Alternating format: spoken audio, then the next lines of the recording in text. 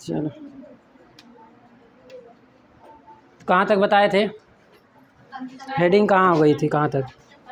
अल्पतम विचलन कोण लिखवाना है कि लिखवा दिए? लिखवाना है। बताए थे, समझा दिए थे, झूठ मत बोलो, ठीक है। तो हम क्या किए थे, हमारे पास प्रिज्म है, प्रिज्म में हम क्या करते हैं, एक किरण को अंदर प्रवेश कराते हैं, ठीक। उस किरण को क्या कहते हैं हम? आपतित किरण कहते हैं। और उसमें जो किरण प्रवेश करती है उसको अपवर्तित किरण, और जो बाहर निकलती है उसको क्या कहते हैं? निर्गत किरण। क्या कहते हैं? निर्गत किरण कहते हैं।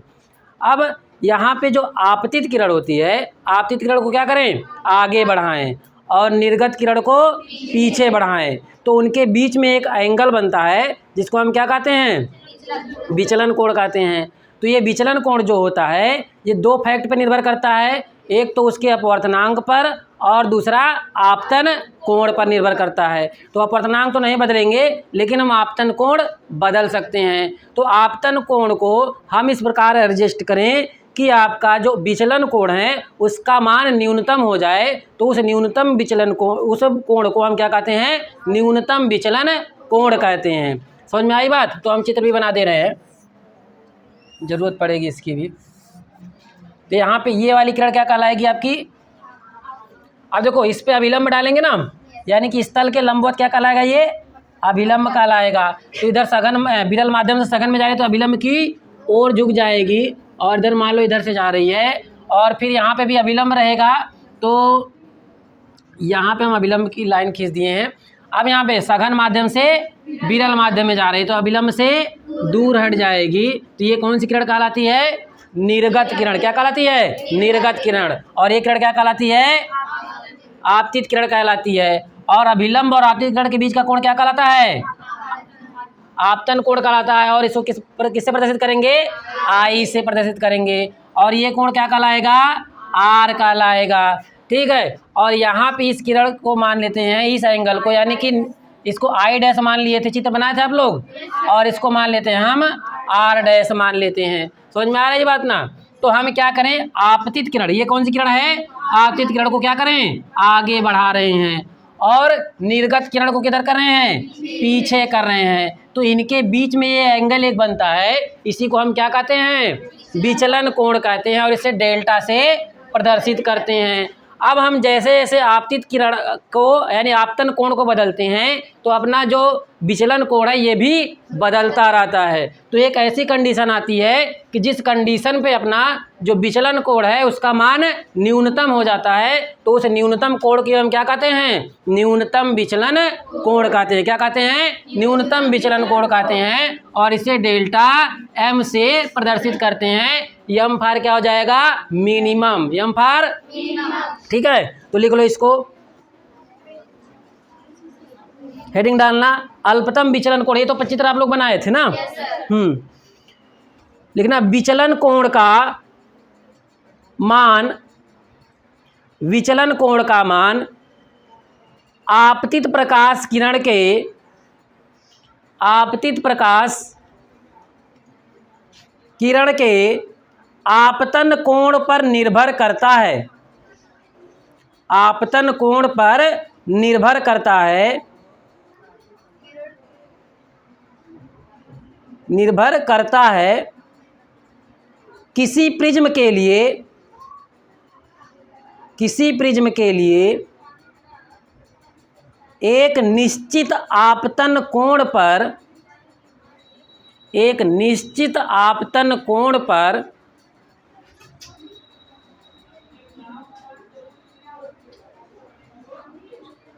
एक निश्चित आपतन कोण पर विचलन कोण का मान न्यूनतम होता है। विचलन कोण का मान न्यूनतम होता है।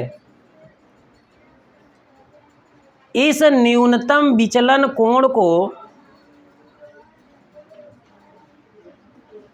इस न्यूनतम विचलन कोण को अल्पतम विचलन कोण कहते हैं। अल्पतम विचलन कोण कहते हैं। ठीक,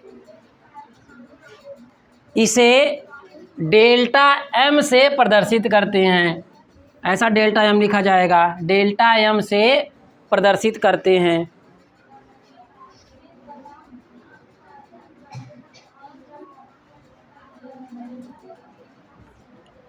हो गया।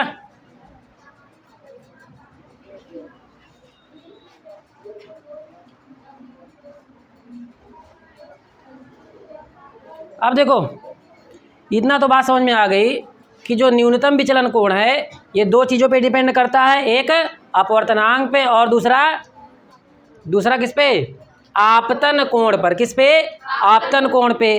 तो आपतन कोण को हम एक निश्चित बिंदु यानी ऐसा आपतन कोण एडजस्ट करते हैं कि जिससे क्या हो जाए, अपना जो विचलन कोण है उसका मान क्या मिल जाए, हमें न्यूनतम मिल जाए।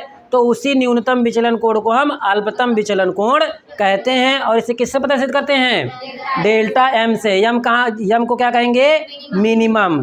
ठीक है, अब हेडिंग डालना अल्पतम विचलन के लिए शर्तें।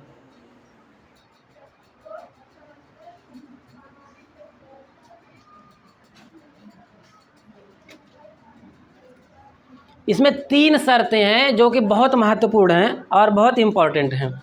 देखो, अगर अल्पतम विचलन कोण की स्थिति है तभी ये नियम फॉलो होंगे। जब अल्पतम विचलन कोण की स्थिति है तो यहाँ पे इस कोण को क्या कहते हैं, आपतन कोण कहते हैं। और आई डैश को क्या कहते हैं, निर्गमन कोण। क्या कहते हैं, निर्गमन कोण कहते हैं। तो अगर अल्पतम विचलन कोण की स्थिति है तो उस कंडीशन में आपतन कोण और निर्गमन कोण दोनों आपस में बराबर होते हैं। कौन कौन बराबर होते हैं, आपतन कोण और निर्गमन कोण। कौन कौन, दोनों क्या होते हैं, बराबर होते हैं। यहाँ आपतन कोण क्या है, आई है, और निर्गमन कोण क्या है, आई डैश है। इसका मतलब क्या हुआ, I is equal to I dash. कब होगा, न्यूनतम विचलन कोण की स्थिति में। समझ में आ गई बात ना। तो इसको लिख लो, अल्पतम विचलन कोण के लिए निम्न शर्तें होनी चाहिए। अल्पतम विचलन कोण के लिए निम्न शर्तें होनी चाहिए। पहला नंबर,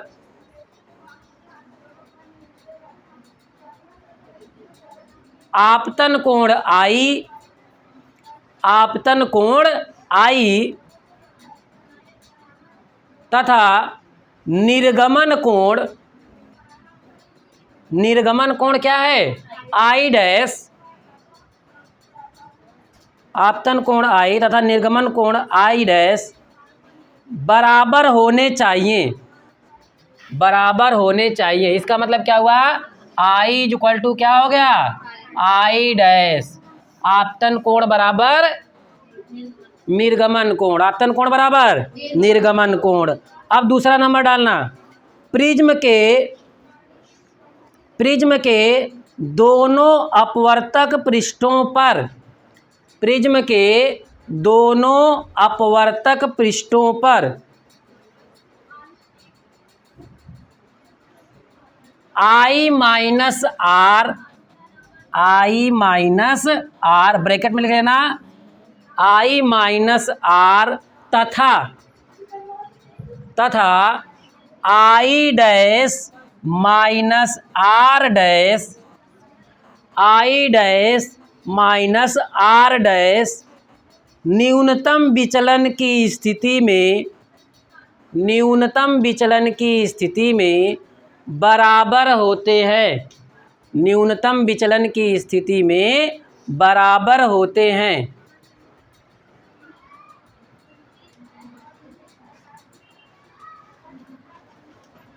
हो गया। तो अगर न्यूनतम विचलन हो रहा है तो क्या बराबर होगा, आई माइनस आर बराबर I dash minus R dash. तो आई क्या है यहाँ पे, आपतन कोण है, और आर क्या है यहाँ पे, अपवर्तन कोण है। ठीक है, और यहाँ पे आई डैश क्या है, निर्गमन कोण है, और आर डैश क्या है, इस किरण के लिए आपतन कोण है। ये जो अंदर चल रही है इसके लिए क्या है, आपतन कोण है। तो आई माइनस आर बराबर क्या होगा, I dash minus R dash. I minus R किसके बराबर होगा? I dash minus R dash. समझ में आ रही बात? तो यहाँ पे देखो, यहाँ पे क्या है? आई माइनस आर बराबर क्या हो जाएगा? I dash minus R dash. ये आपकी जब कब होगा? ये जब न्यूनतम विचलन कोण की स्थिति हो। पहली स्थिति क्या बताए हम? आई बराबर क्या होता है? I dash. आई बराबर आई डैश, इसका मतलब क्या हुआ? आपतन कोण बराबर निर्गमन कोण। दूसरी कंडीशन क्या बताएं? आई माइनस आर बराबर I dash minus R dash. तीसरा नंबर लिखना, प्रिज्म के दोनों अपवर्तक पृष्ठ पर, सॉरी वही वाला फिर से बोल दिए हम। तीसरा नंबर लिखना, प्रिज्म के आधार कोण बराबर होने पर, प्रिज्म के आधार कोण बराबर होने पर प्रिज्म के भीतर, प्रिज्म के आधार कोण बराबर होने पर प्रिज्म के भीतर अर्थात, सॉरी क्या क्या गलत लिखा है, प्रिज्म के भीतर अपवर्तित किरण का मार्ग, अपवर्तित किरण का मार्ग प्रिज्म के आधार के समांतर होता है। प्रिज्म के आधार के समांतर होता है। इसका मतलब क्या होता है? अब देखो, ये हमारे पास प्रिज्म है, ये दोनों आधार कोण कहलाएंगे। क्या कहलाएंगे?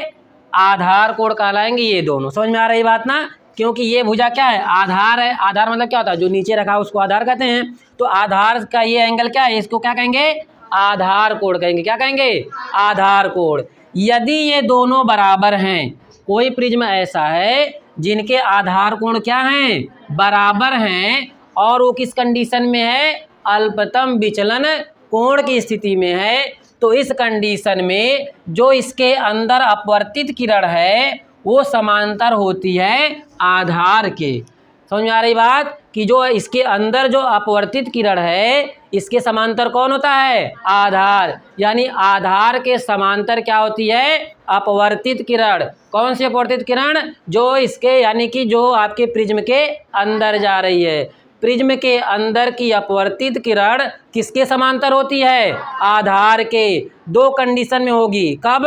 पहली कंडीशन क्या होनी चाहिए? आधार कोण क्या होने चाहिए? बराबर होने चाहिए। और दूसरी बात क्या हो? अल्पतम विचलन कोण की स्थिति हो। दो कंडीशन, उसमें तो एक ही कंडीशन था, यहाँ पे दो कंडीशन। पहली कंडीशन क्या है?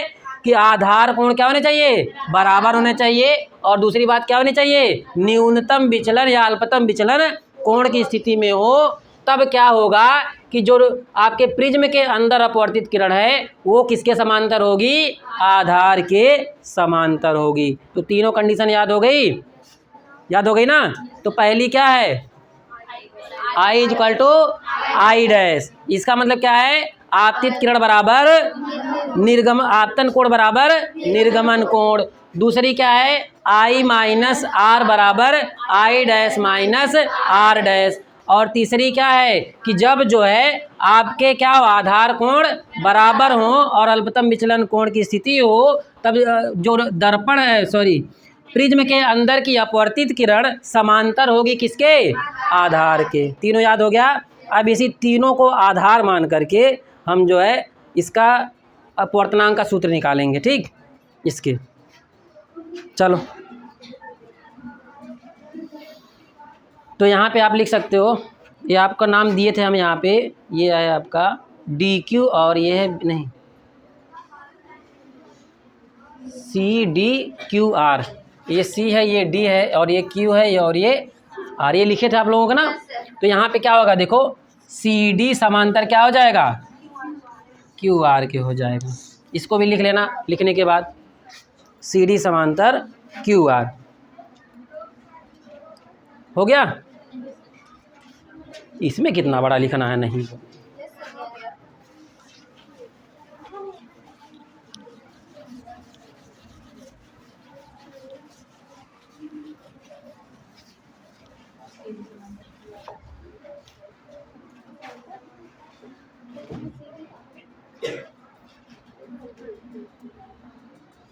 अब हेडिंग रहेगी प्रिज्म के अपवर्तनांक के लिए सूत्र, प्रिज्म के अपवर्तनांक के लिए सूत्र।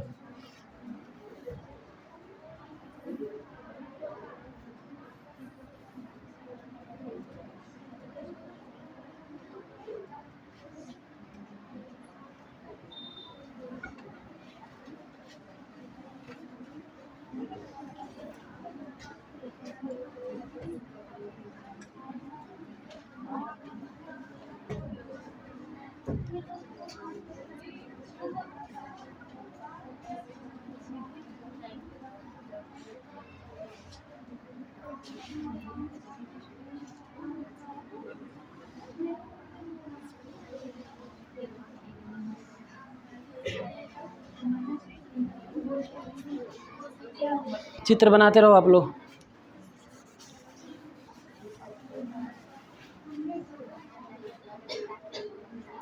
ABC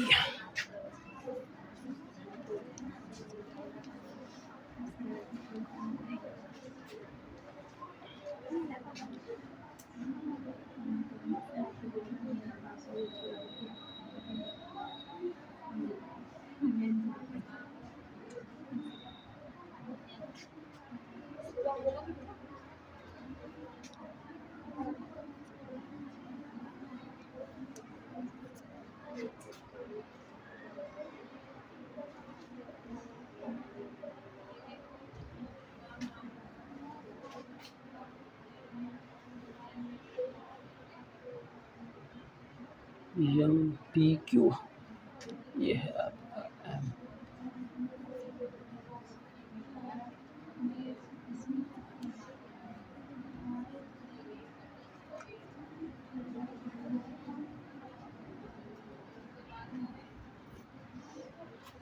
थोड़ा चित्र छोटा बन रहा है, कैलकुलेशन करना, इसलिए ध्यान से बना लेना।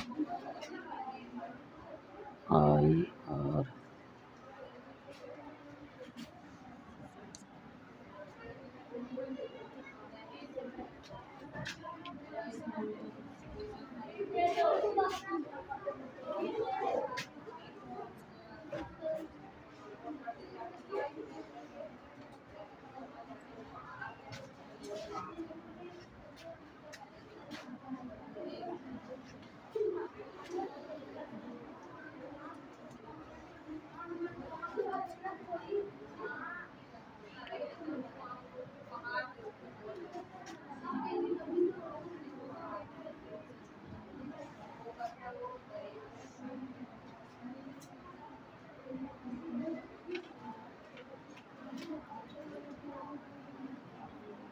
बन गया।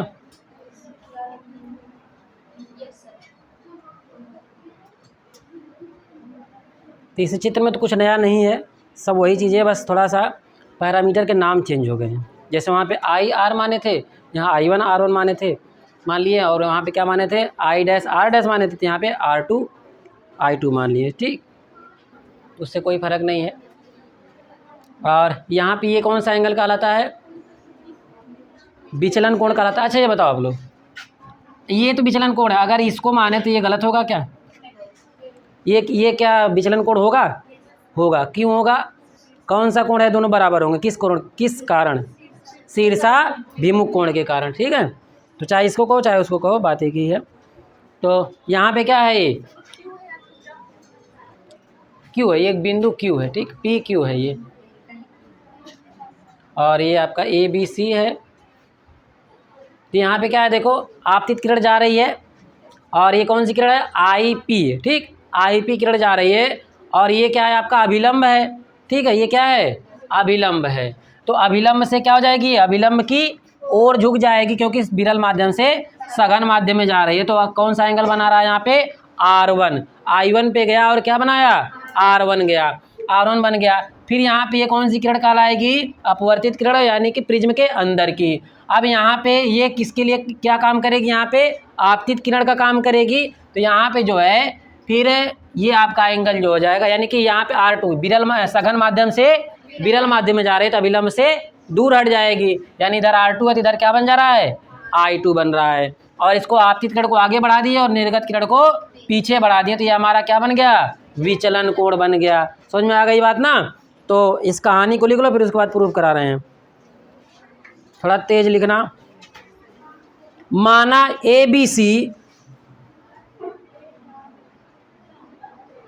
ABC प्रिज्म का मुख्य परिच्छेद है।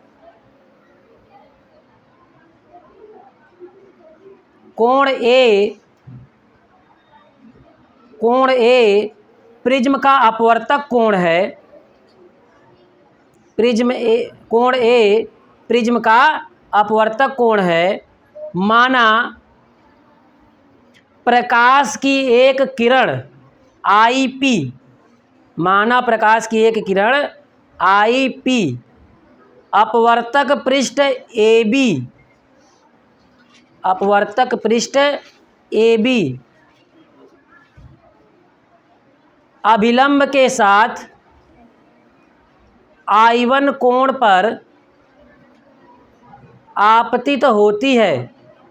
अभिलंब के साथ I1 कोण पर आपतित होती है, जो अभिलंब की ओर झुककर PQ दिशा में अपवर्तित हो जाती है। इस पृष्ठ पर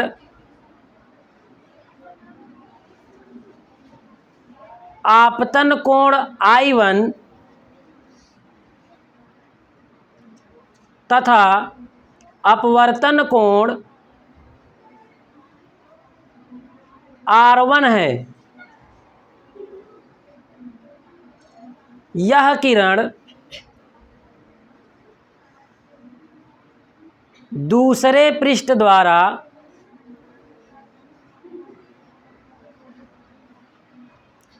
अपवर्तित होकर QS दिशा में चली जाती है।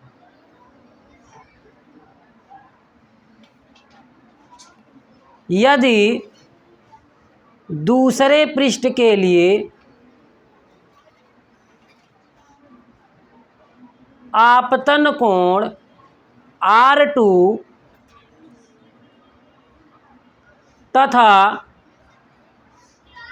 अपवर्तन कोण I2 है,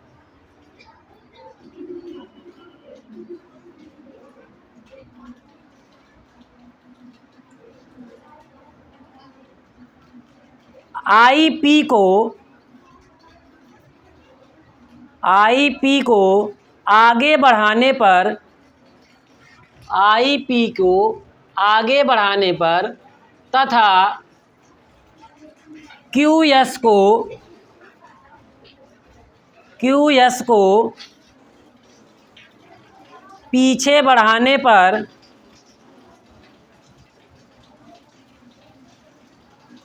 जिस बिंदु पर मिलती हैं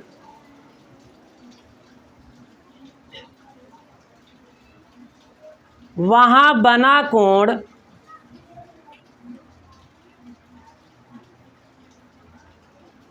विचलन कोण कहलाता है। वहाँ बना कोण विचलन कोण कहलाता है।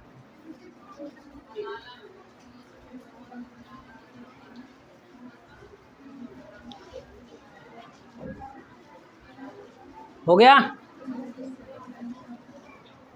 हाथ दर्द नहीं कर रहा है? चलो अब देखो यहाँ पे हम पहले त्रिभुज पे देखते हैं। त्रिभुज MPQ दिख रहा है। त्रिभुज कौन सा त्रिभुज? MPQ। अब इस त्रिभुज में ध्यान से देखना, हम यहाँ पे लिख रहे हैं त्रिभुज MPQ में। तो अगर हम इसको देखें तो ये किरण देखो, ये आपके त्रिभुज के बाहर कोण बना है ना, त्रिभुज के बाहर कोण बन रहा है और इसको हम नाम देते हैं बहिष्कोण। क्या कहते हैं? बहिष्कोण। और बहिष्कोण की क्या खास बात होती है कि आंतरिक दो कोणों के योग के बराबर होता है। जो त्रिभुज का बहिष्कोण होता है आंतरिक दो कोणों के योग के बराबर होता है, मालूम है ना। तो देखो अगर हम इस त्रिभुज में देखें तो कौन सा कोण रखेंगे, आपका ये कौन सा बिंदु है एम, एम पी क्यू, कोण एम पी क्यू और प्लस कोण एम क्यू पी, कोण क्या हो जाएगा एम क्यू पी किसके बराबर होगा, आर एम किसके, आर एम क्यू, यही हो रहा है ना एंगल आर एम क्यू। देखो ध्यान से ये वाला एंगल को हम क्या पढ़ेंगे आर एम क्यू, यानी कि किसके बराबर हो रहा है, कोण आर एम क्यू। समझ में आ रही है बात कि नहीं आ रही है।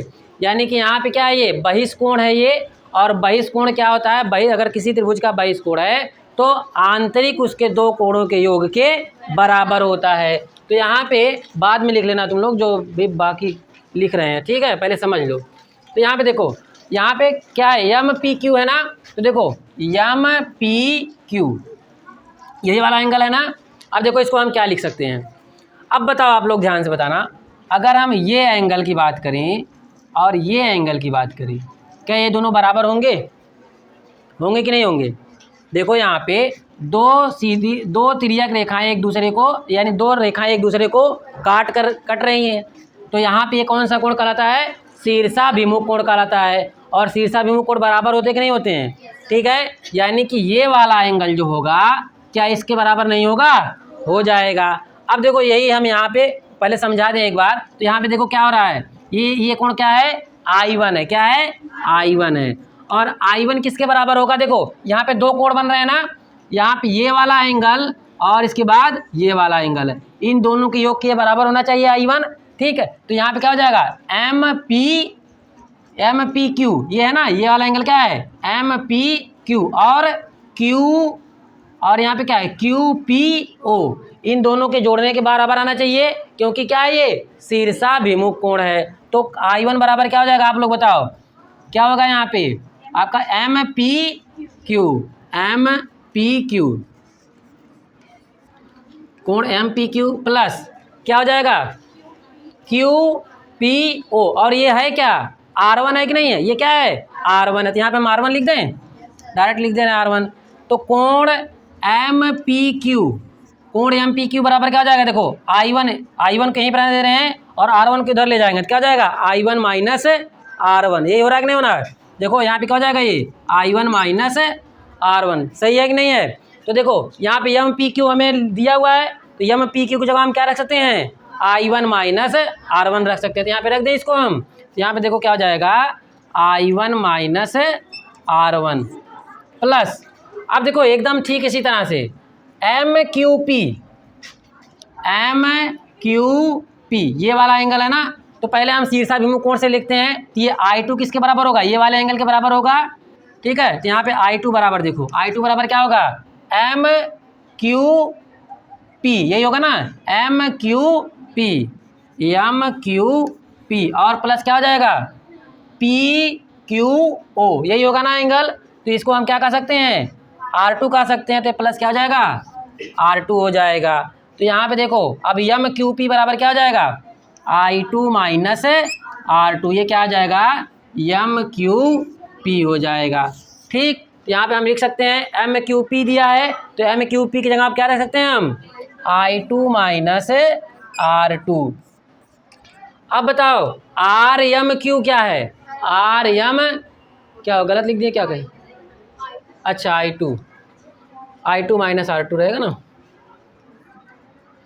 यहाँ पे देखो यहाँ पे ये क्या है आर एम क्यू, ये कौन सा एंगल है विचलन कोण है कि नहीं है, इसको डेल्टा हम लिख सकते हैं, यहाँ पे हम इसको डेल्टा लिख दिए, समझ में आ गई बात। अब इसको और थोड़ा सा सॉल्व कर देते हैं, तो देखो I1 minus R1 plus I2 minus R2 बराबर क्या है डेल्टा है, और डेल्टा को कहते क्या हैं विचलन कोण कहते हैं, देखो I1 प्लस I2 अगर लिख दें और ये एक साथ लिख दे रहे हैं, फिर माइनस R1 माइनस R2, कोई प्रॉब्लम नहीं ना, ऐसे लिख सकते हैं हम। अब देखो यहाँ पे I1 प्लस I2 और यहाँ पे माइनस कॉमन ले लें तो क्या हो जाएगा माइनस, और इधर जब सब क्या हो जाएंगे प्लस हो जाएंगे तो यहाँ क्या हो जाएगा R1 प्लस R2 हो जाएगा, बराबर क्या हो जाएगा डेल्टा हो जाएगा। अब बताओ, अब वो तीनों कंडीशन पे चलते हैं फिर से। तीनों कंडीशन क्या होगा, पहली कंडीशन क्या थी, पहली I बराबर I डैश, यहाँ पे तो I था और यहाँ पे क्या था R, वहाँ पे क्या था I डैश था ना, यहाँ पे लेकिन हम क्या मान लिए इसको I1 मान लिए, इसको क्या मान लिए हैं I2 मान लिए हैं, तो ये भी तो बराबर ही होंगे ना, हम सिर्फ पैरामीटर बदल दिए हैं। लेकिन किस कंडीशन में, अल्पतम विचलन कोण की स्थिति में, समझ में आ रही बात ना। तो यहाँ पे हम क्या लिखेंगे, पहले लिख लो इतना,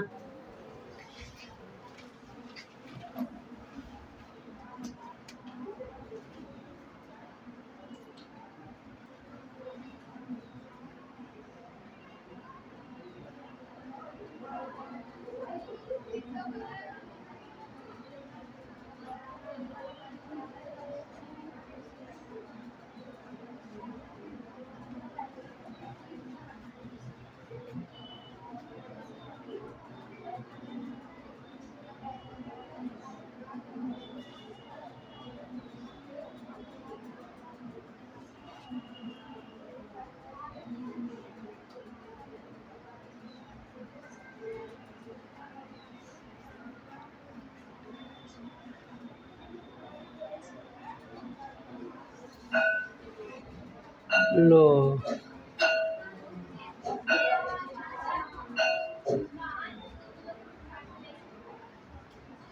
क्या करें, अच्छे से समझाएंगे तो पूरा घंटा चला जाएगा कल। चलो यहाँ तक रहने देते हैं।